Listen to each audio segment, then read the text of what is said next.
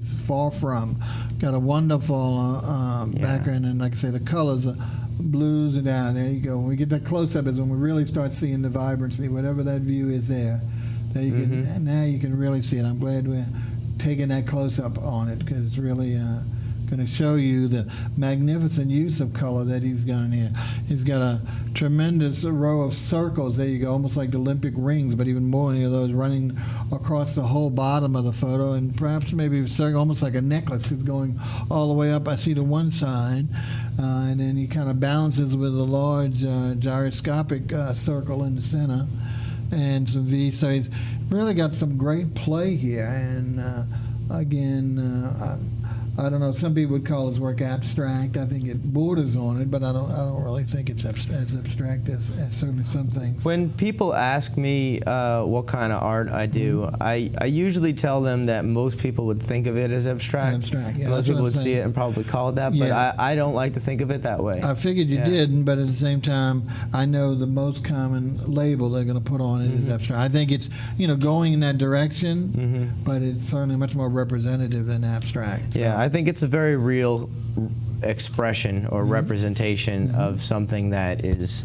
it's not fake, but it's not defined. You might not be able to take a photograph of it. Right. It doesn't exist like that. All right, folks, we're moving right along here. I'm doing all the heavy work, I guess. Taking it easy here. Let's see what we got here. We got to get another 25 by 25. Now this is this is probably to me one of the closest to abstractions I've seen of your work, with especially the center topic and also the blending here.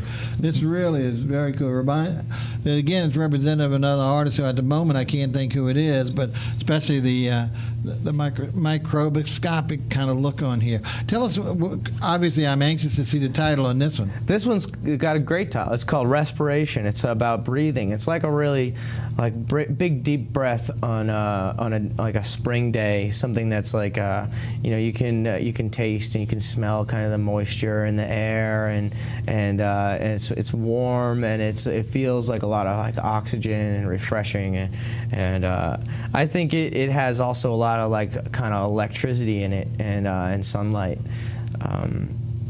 This is a piece that's one of my more sort of watercolor styled pieces. It's a high quality acrylic paint, but it's done. It's heavily diluted and spread out. And the canvas is a very lightly primed canvas. So what happens is I get this kind of effect where water kind of bleeds into the canvas. Into the canvas. And the paint moves around a little bit, and I get a lot of details that are just they're there. They're like in between the lines, and they create themselves. And what it is not like something that just necessarily just happens, but it's something that you have to identify. You have to look at it and see that it's there. Otherwise, it gets covered up by more paint. Right, but I really like the technique, because I think I can say it has that throwback to a watercolor without being that, and really good. And also, after I get through with that sort of process, sometimes I'll come through and touch things up with a more definite process. Like along those lines, yes. That'll give it some kind of definition. That's what I see, is that the combination of the techniques, and your main scope being that using the watercolor technique, but then coming back with true definition as you did in the others along the perimeter there and in certain other spots. Very, very pretty. I think, again, folks, lovely colors of ochre and some burgundies, blues, purples, just subtleties that really add to it. So really, really nice piece. I think this would be a lovely piece for certainly for a contemporary home or even an office. Would be fantastic. All right, let's see if we can get one of those up there. Thank you. All right, well, now we'll go back to the vibrancy one. Even though it's got a white thing, this has great color. Magnificent purples and reds, and even some grays up here, as long as in the center. What are we calling this? This one's called Alchemy. It's called Alchemy. It's a lot about Okay, like I was saying, sometimes a piece of Alchemy art. for most people is like the English version for pharmacy, chemical. No. That's You're talking about wizardry? no alchemy.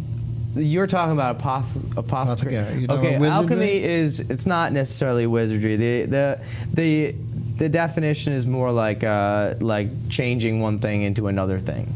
Okay. And the main usage of the word alchemy is these guys in the Middle Ages who tried to change lead into gold. And they also did a lot of other stuff, but it's not really about that. It's about changing one thing into something else and believing that something has value, even though it's not necessarily finished, and that value is not apparent. You know, taking a lump of ore and turning it into something that's usable. It's like, at first, a piece of art, sometimes you look at it and you say, that's no good, you know? And you're tempted to just put it aside and not do anything with it and never even finish it. But if you try to have a little bit of faith about your ability to take something like that and turn it into something beautiful, eventually, with enough work and different techniques, you get somewhere where something is like it becomes valuable, from like something that maybe you would have thrown away at some point, something that you would have said, you know what, no one's going to want this, and no one's going to buy it, and no one's going to appreciate it.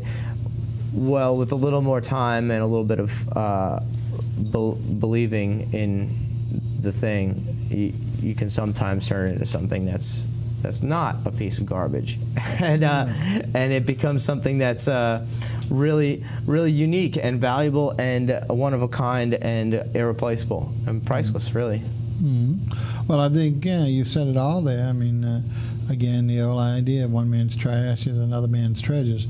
So I think that's the good thing about art. It speaks to so many people in so many ways. So well, I love that piece. I love that piece, but I didn't love it when it wasn't finished. Yeah, but with most artists, none of their work is ever finished. That's the only problem I've found, is that it's always a piece that needs more to it. They need more to it. So that's the only thing. They never know when to say stop on a piece, you know. Anyway, let's move on. That's the only way to come out with a piece like this. Let's move on. But what do we have to be here? able to stop. This one's called Botany.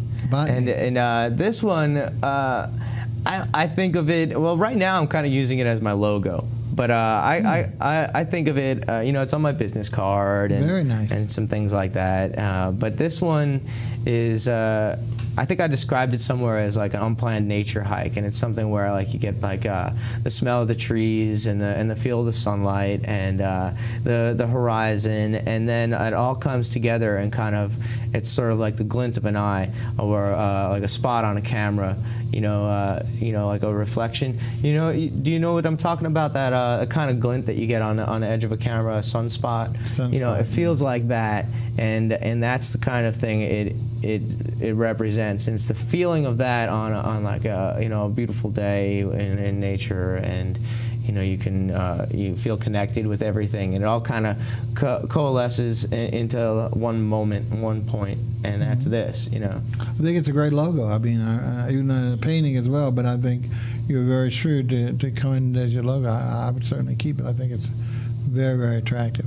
All right, now let's see. Now, what I like about the next one, we're really going to another departure, and not so much in the techniques, but in the coloration. Most of the others have been vibrant or very pale. Now we're getting into the Renaissance period.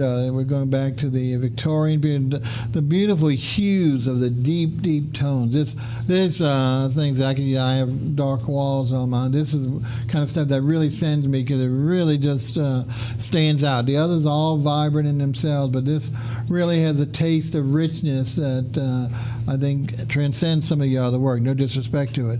But anyway, tell us about this particular one.